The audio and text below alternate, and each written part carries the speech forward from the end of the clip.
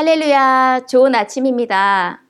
우리의 몸은 비록 피곤할지라도 말씀을 통해 새 힘을 공급받고 오늘 하루도 힘차게 살아갈 수 있는 우리 성도님이 되시기를 예수님의 이름으로 소망합니다. 함께 말씀을 묵상할 텐데요. 오늘 말씀은 에스겔서 10장 15절부터 22절까지의 말씀입니다. 퀴틴 책자 96쪽 9월 17일 목요일 본문입니다. 제가 말씀을 읽겠습니다. 그룹들이 올라가니 그들은 내가 그발 강가에서 보던 생물이라. 그룹들이 나아갈 때에는 바퀴도 그 곁에서 나아가고 그룹들이 날개를 들고 땅에서 올라가려 할 때에도 바퀴가 그 곁을 떠나지 아니하며 그들이 서면 이들도 서고 그들이 올라가면 이들도 함께 올라가니 이는 생물의 영이 바퀴 가운데 있음이더라. 여호와의 영광이 성전 문지방을 떠나서 그룹들 위에 머무르니 그룹들이 날개를 들고 내 눈앞에 땅에서 올라가는데 그들이 나갈 때에 바퀴도 그 곁에서 함께 하더라. 그들이 여호와의 전으로 들어가는 동문에 머물고 이스라엘 하나님의 영광이 그 위에 덮였더라. 그것은 내가 그발 강가에서 보던 이스라엘 하나님 아래에 있던 생물이라. 그들이 그룹인 줄을 내가 아니라. 각기 내 얼굴과 내 날개가 있으며 날개 밑에는 사람의 손 형상이 있으니 그 얼굴의 형상은 내가 그발 강가에서 보던 얼굴이며 그 모양과 그 몸도 그러하며 각기 곧게 앞으로 가더라. 아멘. 거룩한 영이신 하나님을 우리가 대면해서 볼 수는 없지만 하나님께서는 구약 성경에서 자신의 모습을 우리가 이해할 수 있는 모습으로 보여주셨습니다. 특히 하나님께서는 출애굽 후에 이스라엘 백성에게 광야에서 성막을 짓게 하셨습니다.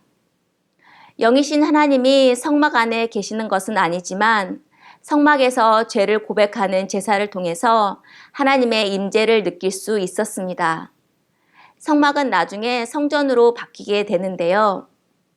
천막을 대신해 좋은 건축재료로 지어져서 또 그곳이 예루살렘에 있어서 거룩한 성전이 되는 것은 아닙니다. 그곳에 바로 하나님의 임재가 있기 때문에 거룩한 성전인 것입니다.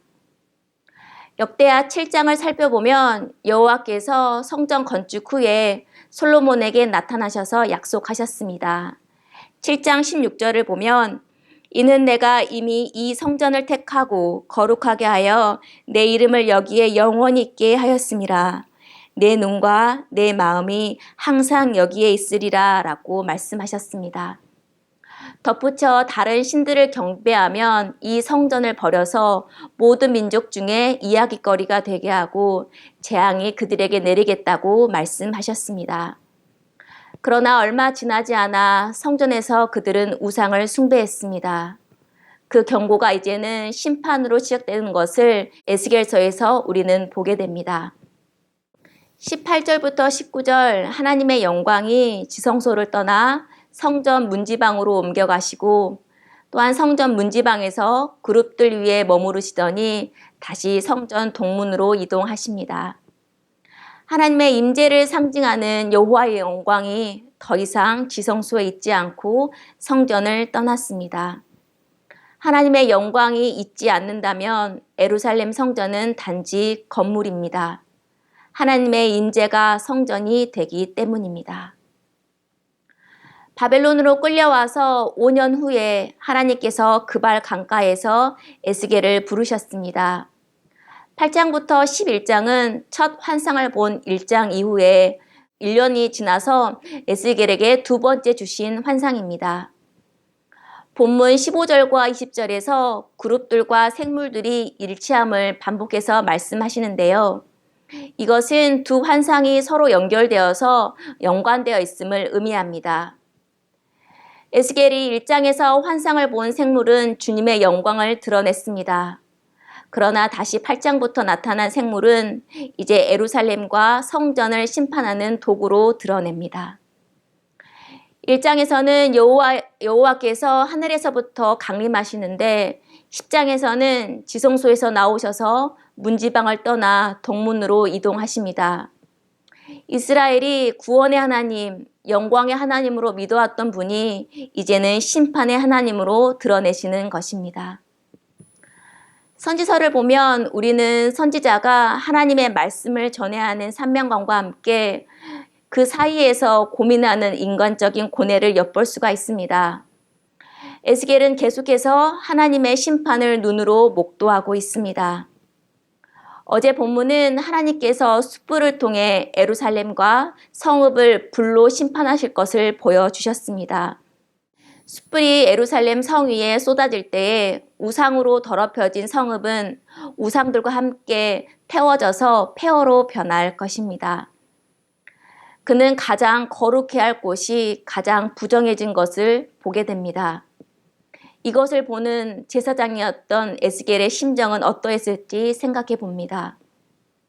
타향 땅에서 1년간 말씀을 전해도 듣지 않는 그리고 바뀌지 않는 이스라엘을 지켜보면서 그는 어떤 마음이 들었을까요?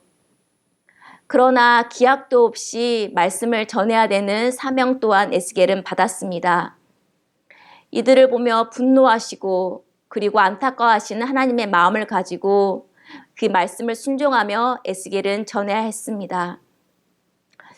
에스겔서를 보면서 저의 모습들을 돌아보았는데요. 최근 1년 동안 변하지 않는 나의 죄된 습성은 무엇일까? 나는 하나님의 마음을 가지고 순종함으로 주어진 일을 감당하고 있는가? 하나님의 영이 거하실 성전인 나의 심령에 나는 하나님 대신 무엇을 담고 있는가? 지금의 나와 그리고 가정과 한국교회를 보시면서 하나님의 마음은 어떠하실까? 그리고 어제 말씀하신 사무엘상 4장 이가봇이 떠올랐습니다. 엘리가 죽고 그리고 블레셋의 언약궤가 빼앗기고 남편도 죽은 상황에 그녀가 낳은 아들은 이제 그녀에게 아무 의미가 없었습니다. 여호와의 영광이 떠나면 아들을 낳아도 기쁘지 않고 아무 의미가 없는 것입니다. 우리 안에는 하나님의 생기, 성령이 들어 있습니다. 마찬가지로 하나님의 영광, 하나님의 임재가 떠나버리면 우리는 그냥 흙덩어리, 먼지 덩어리일 뿐입니다. 아무 의미가 없는 것입니다.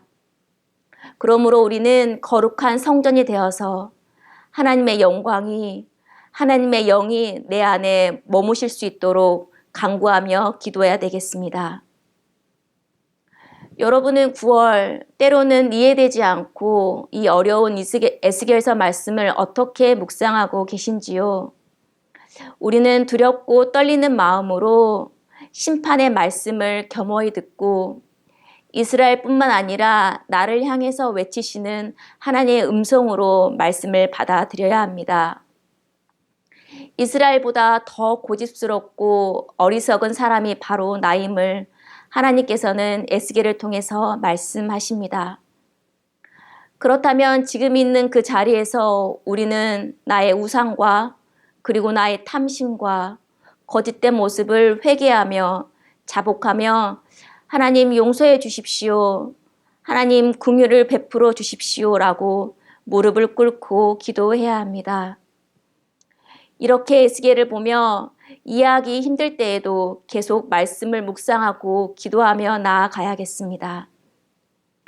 우리의 몸은 하나님의 성전이며 우리가 속해 있는 가정과 공동체와 교회도 성령이 거하시는 거룩한 처소입니다. 성전인 나와 공동체가 더럽혀지면 거룩하신 하나님은 떠나실 수밖에 없습니다.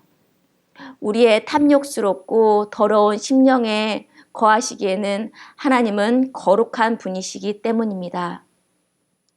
그럼에도 하나님은 우리 가운데 거하길 원하시는 분임을 우리는 또한 기억해야 합니다. 이를 위해서 거룩하지 않는 이 땅에, 죄가 관영한 이 땅에 거룩하신 예수 그리스도가 오셨습니다. 그리고 그의 삶과 죽음을 통해 거룩한 성전으로 살아가는 것이 어떠한 것임을 우리에게 보여주셨습니다. 예수님의 가르침과 말씀을 기억하며 우리는 예수님을 따라 주어진 하루를 거룩한 성전으로 살아가야 하겠습니다. 말씀을 적용해 보겠습니다. 오늘 거룩한 성전으로서 나는 또한 나의 가정은 하나님의 영광의 모습을 드러내려면 어떻게 해야 될지 생각해 보았으면 좋겠습니다. 내가 속해 있는 곳에서 어떻게 하나님의 영광을 드러내야 될지 하나님 앞에 기도하며 물어볼 수 있기를 바랍니다. 그리고 그 마음을 주셨다면 오늘 처해 있는 삶의 자리에서 그 말씀을 실천할 수 있는 성도님이 되시기를 예수님의 이름으로 축복합니다. 말씀을 품고 함께 기도하겠습니다. 하나님 감사합니다. 말씀을 통해서 나의 죄된 습성을 깨닫게 해주시고 하나님 거룩한 성전인 내가 하나님 아닌 다른 것을 채웠음을 깨닫게 하시니 감사합니다. 우리에게 이 깨닫는 마음을 주셨다면 다시 한번 우리의 마음을 비워 거룩한 하나님이 거하실 성전이 되게 하옵소서. 우리의 생각과 말과 행동이 하나님의 임재, 하나님의 영광을 드러내는 삶 살 수 있도록 도와주시옵소서. 오늘도 우리와 함께 하실 예수님의 이름으로 기도합니다. 아멘.